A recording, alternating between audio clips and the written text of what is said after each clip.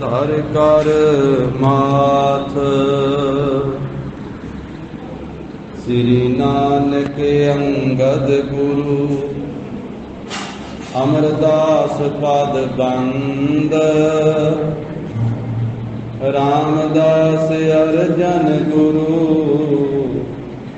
ਵਾਰ ਸ੍ਰੀ ਹਰਿ ਗੋਬਿੰਦ।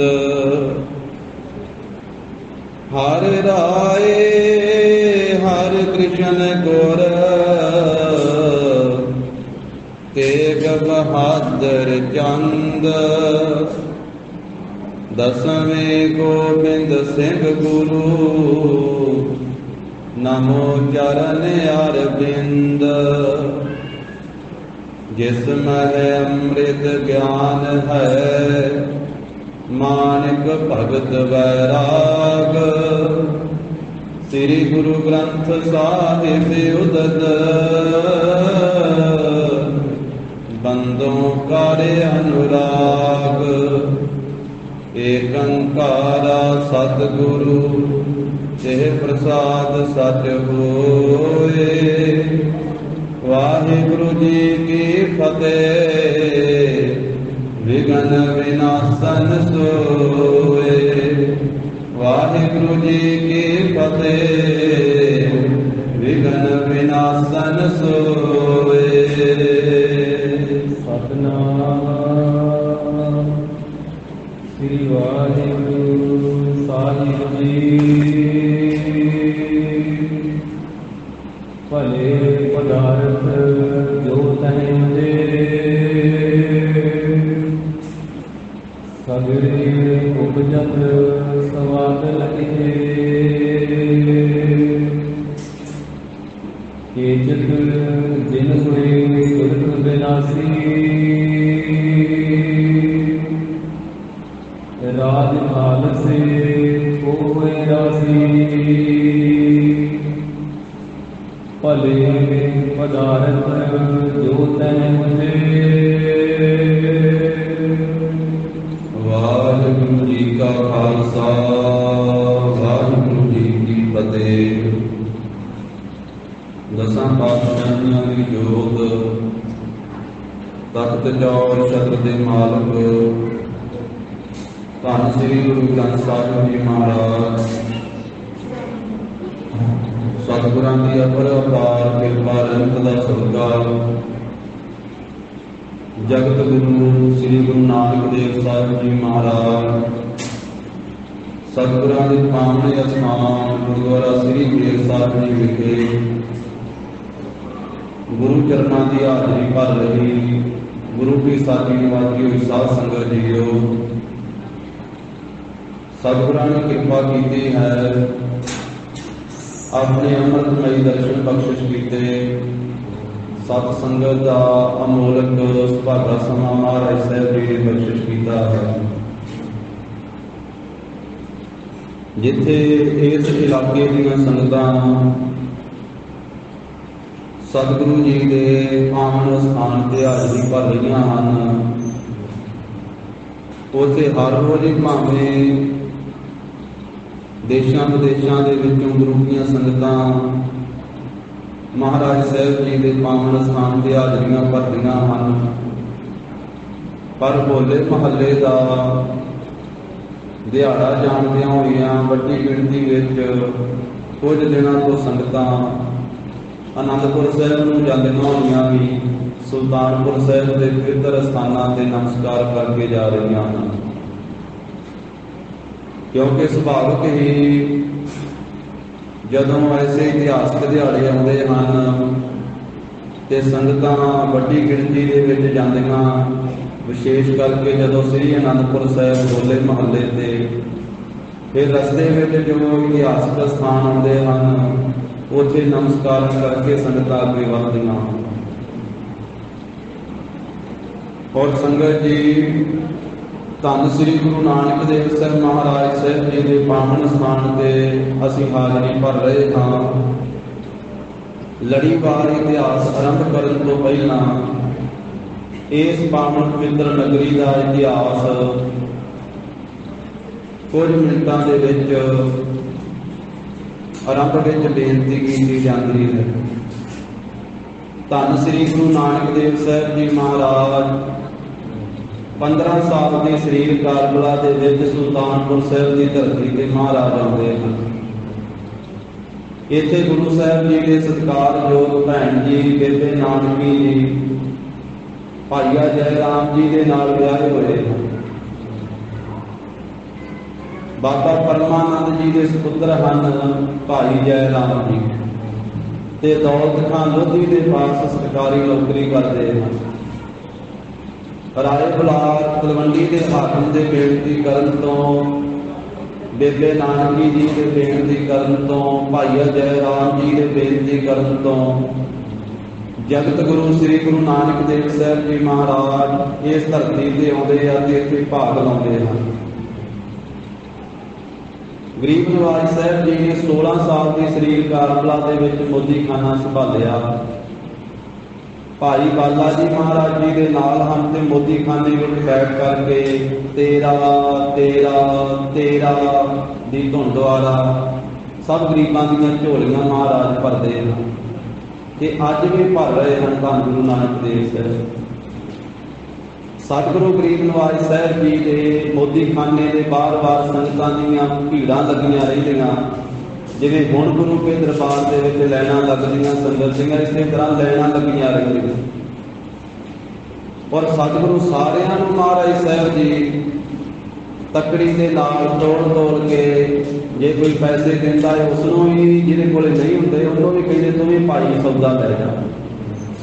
हरेक रस्तबस्त गुरु के मोदी खाने दे विच सारे इलाके की सरकारी फसल उहदे विच जमा हुंदी सी ते दौलत खां नवाब की सारी फौज भी उत्थों ही रस्तबस्त प्राप्त करती सी। महाराज साहब जी नूं जदों 1 साल होया मोदी खाना करदिआं सतगुरु जी की शरीर कारबला 17 वरियां दी होई। फिर सतगुरु जी का मंगना होया। पत्थों के रंधावियां के पटवारी बाबा मूलचंद जी उन्होंने घरों उन्होंने धर्म पत्नी माता चंदो राणी जी तिन्हां दे सुपुत्री माता सुलखणी जी के नाल जगत गुरु जी का 17 साल की उम्र के विच 1543 बिक्रमी संमत नूं मंगना हुंदा। 1 साल बाद फिर गुरु बाबा जी का आनंद कारज होया विआह होया। जदों धन श्री गुरु नानक देव साहब महाराज जी की शरीर कारबला 18 साल की सी। 1544 बिक्रमी संमत के विच इत्थों ही सुल्तानपुर साहब की धरती तो बरात महाराज साहब जी की चढ़ती है तो बटाली नगर में पहुंचती है। सतगुरु गरीब नवाज साहब जी का आनंद कारज हुंदा है माता सुलखणी जी के नाल। सुल्तानपुर साहब की धरती से ही इसे नगरी के अंदर ही पावन पवित्र स्थान है गुरु का बाग साहब जिथे महाराज साहब जी के रहायश है। माता सुलखणी जी के नाल धन गुरु नानक देव साहब जी गुरु के बादशाह वाले स्थान से रहिंदे हैं ते मोदी खाने में जाके गरीबां दीयां झोलियां भरदे। उथों महाराज साहब जी मोदी खाने तो रोज आकर के इत्थे वेई नदी के विच अमृत वेले का इशनान करया करदे और इत्थे सतगुरु सच्चे पातशाह इशनान तो पहला रोज दातन करया करदे। भाई भगीरथ जी जदों तो सेवा में हाजिर होए तो वह दातन लियाउण की सेवा करते सी। मलसीआं दे चौधरी भाई भगीरथ जी एक दिन उन्होंने बेरी की दातन लिया के भेंट की आ ते गुरु साहब जी ने बेरी की दातन करके इत्थे वो गज दी आ। उही बेरी की दातन ये साध संगत जी बेर साहब बनी है। धन गुरु नानक साहब महाराज साहब जी ने जो बेरी की दातन करके लाई वो बेरी हरी भरी हुई। भाई संतोख सिंह जी लिखते आपन ते चल नीर के तीर मैं दंतन धामने आन करे गाट दई धर होत भयो तर है अबलो पर सो बदरी। तो उसे बेरी साहब के नाम पे गुरु के दरबार का नाम गुरु की संगत ने गुरु के खालसा पंथ ने गुरुद्वारा श्री बेर साहब रखा। संगतां बेरी साहब के दर्शन करदियां महाराज साहब जी की दातन लाई हुई बेर साहब धन गुरु नानक देव साहब जी महाराज। ये दातन उस दिन लाई महाराज ने जदों दातन ला के फिर इशनान करने वास्ते वेई में प्रवेश किया ते अज बाहर नहीं आए। फिर 3 दिनों बाद महाराज साहब जी इसे वेई दे विचों जेड़े पासे पानी आउंदा सी ना जल आउंदा सी। उधरले पासे महाराज 3 दिनों बाद जा करके निकले जिथे अजकल गुरुद्वारा बेरी साहिब के कंढे ते गुरुद्वारा संत घाट साहिब शोभा पाउंदा। संगत इकट्ठी होई, बेनती की महाराज 3 दिन कित्थे रहे हो? सतगुरु कहंदे निरंकार के देश विच गए सन, सचखंड गए सन ते निरंकार ने मूल मंत्र दिता। सचखंड विचों मूल मंत्र लैके आए हैं। फिर महाराज ने गुरुद्वारा श्री संत घाट साहिब वाले स्थान से मूल मंत्र उच्चारण किया। संगत जी सतगुरु जी के आनंदकारी तो 7 साल बाद 1551 विक्रमी संमत नूं गुरु के बाग साहिब वाले स्थान से सुल्तानपुर लोधी की इस पवित्र धरती से गुरु घर दे विच धन माता सुलखणी जी की पावन पवित्र कुख तो वड्डा साहिबजादा प्रगट होया। महाराज जी धन बाबा श्री चंद साहिब जी प्रगट होए। उन्हां तो साध संगत जी 2 साल बाद 1553 विक्रमी संमत नूं गुरु साहिब जी का दूसरा साहिबजादा प्रगट होया, धन बाबा लक्ष्मी दास साहिब जी। और फिर महाराज साहिब जी 1554 जिस वेले गरीब नवाज सतगुरु साहिब जी की शरीर काल 28 साल की है, मोदी खाना त्याग के ते धन गुरु नानक देव साहब महाराज ने इस धरती तो भाई मरदाना जी को रबाब बख्श करके लम्मा इतिहास है महाराज साहब जी का। फिर नाल भाई बाला जी को भी लिया ते महाराज साहब जी ने 4 चक्कां साध संगत जी तारन वास्ते इत्थों ही उदासियां आरंभ कीतियां। बाबे दारे 4 जग 9 खंड पृथ्वी सच्चा ढोआ गुरमुख काल विच प्रगट होआ। तां गुरु कीआं संगतां ऐसे सतगुरु साहब जी के पवित्र स्थानां ते नमस्कार करके ते श्री आनंदपुर साहब होले महल्ले ते हाजरी भरन वास्ते जा रही हैं। धन श्री गुरु नानक देव साहब जी महाराज कृपा करन अपने पावन पवित्र स्थानां की कीती हुई यात्रा इशनान नमस्कार अपनियां प्यारियां संगतां की हाजरी अपने दर से प्रवान करन और महाराज साहब जी सानू सारियां नूं सिੱਖੀ की दात बख्शिश करन। गरीब नवाज साहब जी ने साध संगत जी सानू सिੱਖੀ बख्शण वास्ते 10 जामे धारण कीते। इको ही जोत 10 जामिया वरती। धन श्री गुरु नानक देव साहब महाराज साहब जी ने ये 10 जामे साध संगत जी धारण किए। 239 साल का समा महाराज साहब जी ने लाया। जो देवहा जुगत साए सहकाया फेर पलट गया। ते महाराज साहब जी ने सानू बाणी की दात बख्शिश की, बाणी की दात बख्शिश की, सिੱਖੀ की दात बख्शिश की। इस करके जिथे गुरु के स्थानों से पहुँच करके नमस्कार करनी है, सेवा करनी है, सिमरन करना है, उथे गुरु साहब जी के पासों असी सिੱਖੀ भी मंगनी है कि महाराज साहब कृपा करो असी साफ कसूर धो के ठंडे बाटे का अमृत छक के आप जी के दसे हुए मार्ग से चल सकीए। तो गरीब नवाज साहब जी रहमता करन और आनंदपुर साहब की धरती से साध संगत जी गुरु कलगीधर पातशाह जी ने ये चढ़ती कला की दात बख्शिश की। चढ़ती कला का प्रतीक होले महल्ले का त्यौहार महाराज साहब जी ने अपने खालसे को बख्शिया।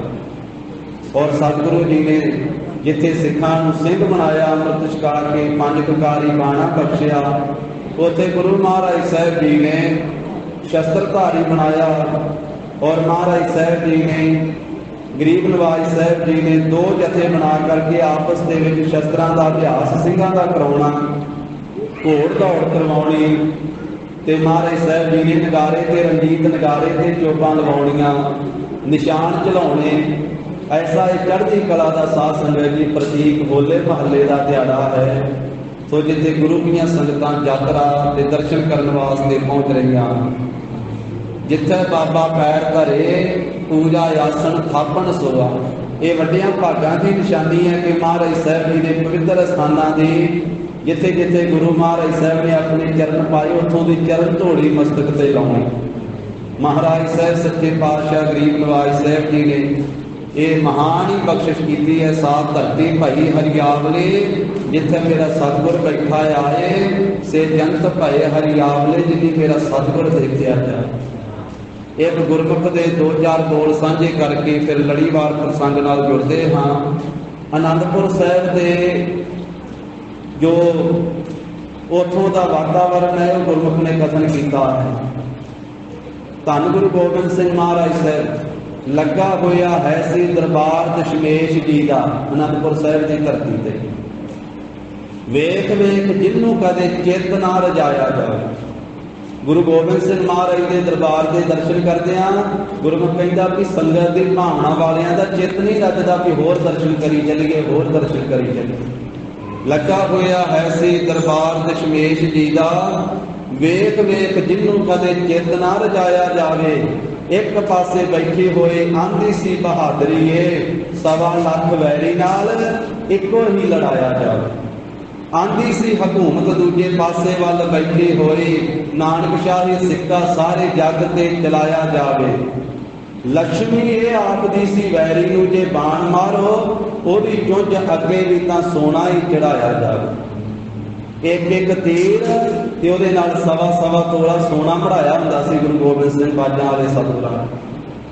लक्ष्मी ये आखदी सी वैरी नूं जे बाण मारो, ओहदी चुंझ अगे भी तां सोना ही चढ़ाया जावे। इलम पिया आखदा सी घोड़ियां दे सेवकां तो, डूंघियां कवितां दियां अर्थां नूं कराया जावे। अदल पिया आखदा सी अपना जे होवे पापी, ओनूं भी मसंदा वांग जिंदा ही जलाया जावे। कुर्बानी पई आखदी सी सिੱਖੀ ਦੇ महल विच, जगह इट्टां रोड़ियां दी लालां नूं चिणाया जावे। सुंदरता ही आखदी सी 5 कक्की शब नाल, परियां ते अपशरां दा दिल भरमाया जावे। की मैं दसां हाल ओ सियाली दरबार वाला, बोल मैनूं लभ देनी जिन्हां ते सुनाया जावे। अखर मुक जाणगे बोल मुक जाणगे, पर गुरु नानक देव सिंह महाराज जी दे, श्री गुरु गोबिंद सिंह महाराज के दरबार की शोभा नहीं बयान की जा सकती। तो साध संगत जी, लड़ीवार रूप दे विच साबो की तलवंडी की गाथा चल रही है। जिवें महाराज साहब जी भाई डल्ला दल सिंह अमृत छक के बनया है, होर पैराड़ सिख बैठे हैं, सतगुरु जी वचन कर रहे हैं कि आओ सामने वेखो कमाद खलोते हुए। महाराज साहब जी ने आख्या सामने वेखो किवें कणकां दी फसल जिहड़ी वो लह लहा रही है।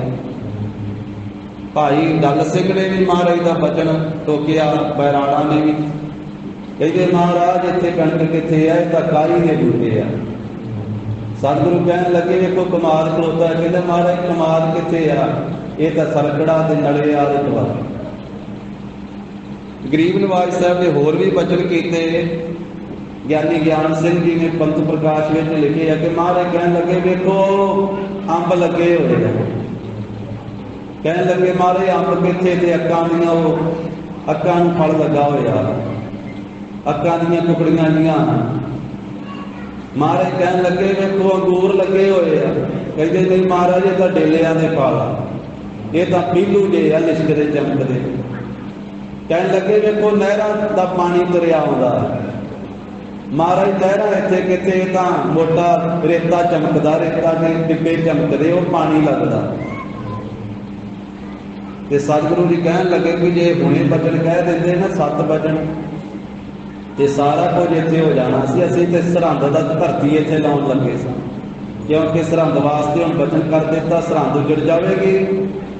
ते इत्थे वो धरती लाउण लगे सी ते तुसीं साडा वचन नहीं मन्निया, तो फिर किवें बाकी दे वचन महाराज साहब जी ने कहे। वो साध संगत जी अज के प्रसंग में आ रहा है। धन गुरु गोबिंद सिंह महाराज जी का ध्यान करदे होए शरधा भावना सहित सरवण करिए। उचारण करो जी सतनाम श्री वाहे गुरु साहिब जी। भले पदार्थ ਜੋ ਤੈ ਉਤੇ। ਸਤਿਗੁਰੂ ਕਹਿੰਦੇ ਜਿਹੜੇ ਭਲੀ ਪ੍ਰਕਾਰ ਸਰਹੰਦ ਦੀ ਧਰਤੀ ਦੇ ਪਦਾਰਥ ਹੁੰਦੇ ਹਨ, ਸਗਰੀ ਉਪਜਤ ਸਵਾਦ ਲੈਂਦੇ।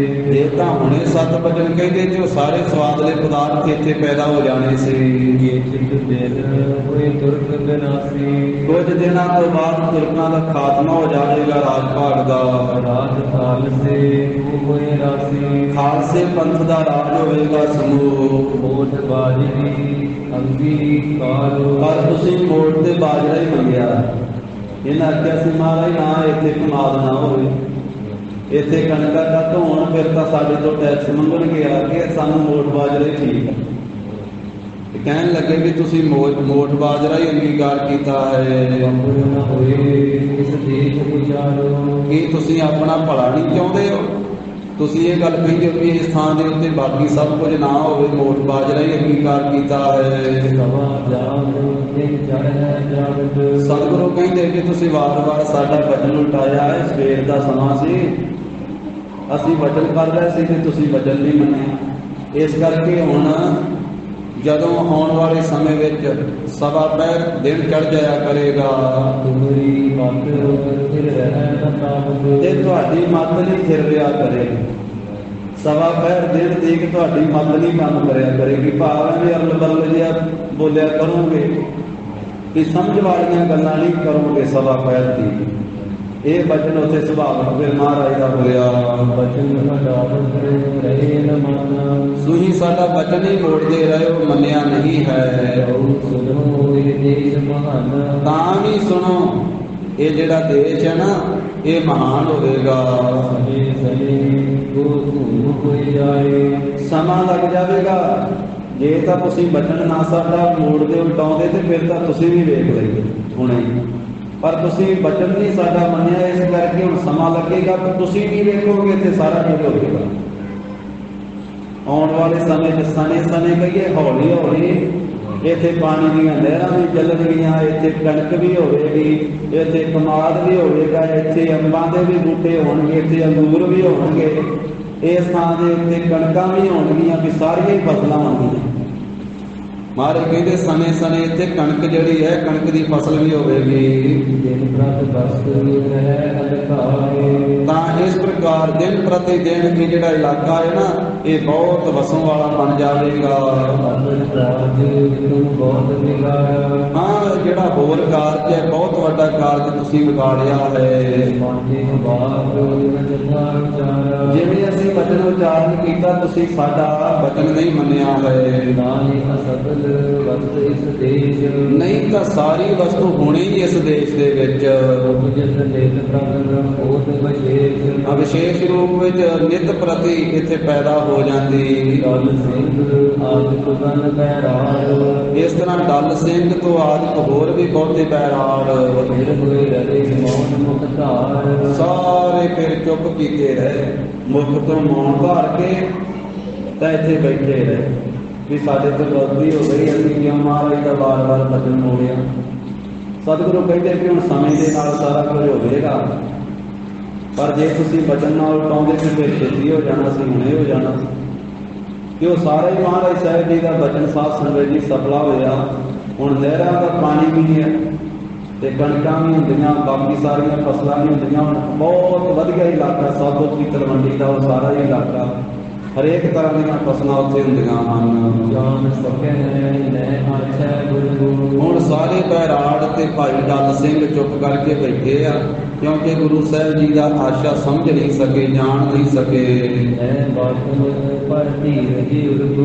ਤੇ ਬਚਨਾਂ ਦੇ ਉੱਤੇ ਹਿਰਦੇ ਦਾ ਧੀਰਜ ਨਹੀਂ ਰੱਖਿਆ, ਭਾਵ ਟਿਕੇ ਨਹੀਂ ਗੁਰੂ ਸਾਹਿਬ ਦੇ ਬਚਨਾਂ ਉੱਤੇ। ਇੱਕ ਦਿਨ ਬੈਠੇ ਸਤਿਗੁਰੂ ਦਸਤ ਸਿੰਘ ਤੈ ਆਏ। ਇੱਕ ਦਿਨ ਸਾਬੋ ਕੀ ਤਲਵੰਡੀ ਵਾਲੇ ਸਥਾਨ ਤੇ ਜਿੱਥੇ ਮਹਾਰਾਜ ਦਾ ਪੜਾਅ ਹੈ, ਸ੍ਰੀ ਗੁਰੂ ਗੋਬਿੰਦ ਸਿੰਘ ਮਹਾਰਾਜ ਬੈਠੇ ਹੋਏ। ਦਾਸਕ ਸਿੰਘ ਸਤਿਗੁਰੂ ਜੀ ਦੇ ਪਾਸ ਆਏ ਹਨ। ਬੰਦਨ ਕਰ ਬੈਠ ਪਏ ਗਾਥਾ ਕਈ ਸੁਣਾਏ। ਇਹਨਾਂ ਸਿੰਘਾਂ ਨੇ ਕਲਗੀਧਰ ਪਾਤਸ਼ਾਹ ਜੀ ਨੂੰ ਵੰਦਨਾ ਕੀਤੀ, ਮੱਥਾ ਟੇਕਿਆ। ਤੇ ਫਿਰ ਇਹਨਾਂ ਨੇ ਇੱਕ ਗਾਥਾ ਮਹਾਰਾਜ ਨੂੰ ਸੁਣਾਈ ਹੈ। ਜੋਗਰੀ ਕੋਟ ਕਪੂਰੇ ਕੋਟੀ ਮਾਰੀ। ਮਹਾਰਾਜ ਜਿਹੜਾ ਕੋਟ ਕਪੂਰੇ ਵਾਲਾ ਕਪੂਰ ਸਿੰਘ ਸੀ ਨਾ, ਉਸ ਨੂੰ ਤੁਰਕਾਂ ਨੇ ਮਾਰ ਲਿਆ। ਮਹਾਰਾਜ ਕਪੂਰ ਸਿੰਘ ਮਾਰਿਆ ਗਿਆ ਹੈ। ਭਈ ਸਾਚ ਜਿਨ ਪ੍ਰਭੂ ਉਚਾਰੇ। ਜਿਵੇਂ ਪ੍ਰਭੂ ਦੀ ਆਪ ਜੀ ਨੇ ਕਹੀ ਸੀ ਨਾ, ਉਹ ਆਪ ਜੀ ਦੀ ਕਹੀ ਹੋਈ ਸੱਚੀ ਹੋ ਗਈ। ਜੋ ਬਚਨ ਆਪ ਜੀ ਨੇ ਕੀਤਾ ਸੀ ਮਹਾਰਾਜ, ਉਹ ਪੂਰਾ ਹੋ ਗਿਆ ਹੈ। ਕਪੂਰ ਸਿੰਘ ਮਾਰਿਆ ਗਿਆ। ਸਾਧ ਸੰਗਤ ਜੀ, ਆਪਾਂ ਪਿਛਲੇ ਇਤਿਹਾਸ ਦੇ ਵਿੱਚ ਇਹ ਸੁਣ ਕੇ ਆਏ ਹਾਂ, ਜਦੋਂ ਗੁਰੂ ਕਲਗੀਧਰ ਪਾਤਸ਼ਾਹ ਮਹਾਰਾਜ ਕੋਟਕਪੂਰੇ ਪਹੁੰਚੇ ਸਨ ਤੇ ਕਪੂਰ ਸਿੰਘ ਨੂੰ ਆਖਿਆ ਸੀ ਮਹਾਰਾਜ ਸਾਹਿਬ ਜੀ ਨੇ ਚੌਧਰੀ ਨੂੰ, ਕਪੂਰ ਸਿੰਘ ਨੂੰ, ਕਿ ਆਪਣਾ ਕਿਲ੍ਹਾ ਦੇ ਸਾਨੂੰ ਤੇ ਇਸ ਕਿਲ੍ਹੇ ਦੇ ਵਿੱਚ ਅਸੀਂ ਆਪਣੀ ਫੌਜ ਦੇ ਸਮੇਤ ਠਹਿਰ ਕਰਕੇ ਤੇ ਤੁਰਕਾਂ ਦੀ ਆ ਰਹੀ ਫੌਜ ਦਾ ਮੁਕਾਬਲਾ ਕਰਾਂਗੇ ਤੇ ਤੇਰਾ ਬਹੁਤ ਵੱਡਾ ਰਾਜ ਭਾਗ ਹੋਵੇਗਾ। ਤੇ ਇਹਨੇ ਬੇਨਤੀ ਕੀਤੀ ਮਹਾਰਾਜ ਕਿ ਮੈਂ ਉਹਨਾਂ ਦੇ ਅਧੀਨ ਚੱਲਦਾ ਹਾਂ, ਮੇਰੇ ਵਾਸਤੇ ਮੁਸ਼ਕਲ ਬਣ ਜਾਵੇਗੀ ਤੇ ਮੈਂ ਕਿਲ੍ਹਾ ਨਹੀਂ ਦੇ ਸਕਦਾ। ਤੇ ਸਤਿਗੁਰੂ ਜੀ ਵੀਰ ਰਸ ਵਿੱਚ ਆ ਕੇ ਕਹਿ ਦਿੱਤਾ ਸੀ ਕਿ ਕਪੂਰਾ ਤੁਰਕਾਂ ਦਾ ਕਤੂਰਾ। ਇਹਨੇ ਦੂਜੀ ਗੱਲ ਕਹੀ ਸੀ ਕਿ ਮਹਾਰਾਜ ਮੈਨੂੰ ਉਹ ਫਾਹੇ ਲਾ ਕੇ ਮਾਰ ਦੇਣਗੇ। ਤੇ ਸਤਿਗੁਰੂ ਕਹਿਣ ਲੱਗੇ ਵੀ ਕਪੂਰਿਆ, ਜੇ ਤੇਰੀ ਇਸ ਤਰ੍ਹਾਂ ਦੀ ਭਾਵਨਾ ਤੇ ਫਿਰ ਤੈਨੂੰ ਤੁਰਕੀ ਫਾਹੇ ਲਾ ਕੇ ਮਾਰਨਗੇ।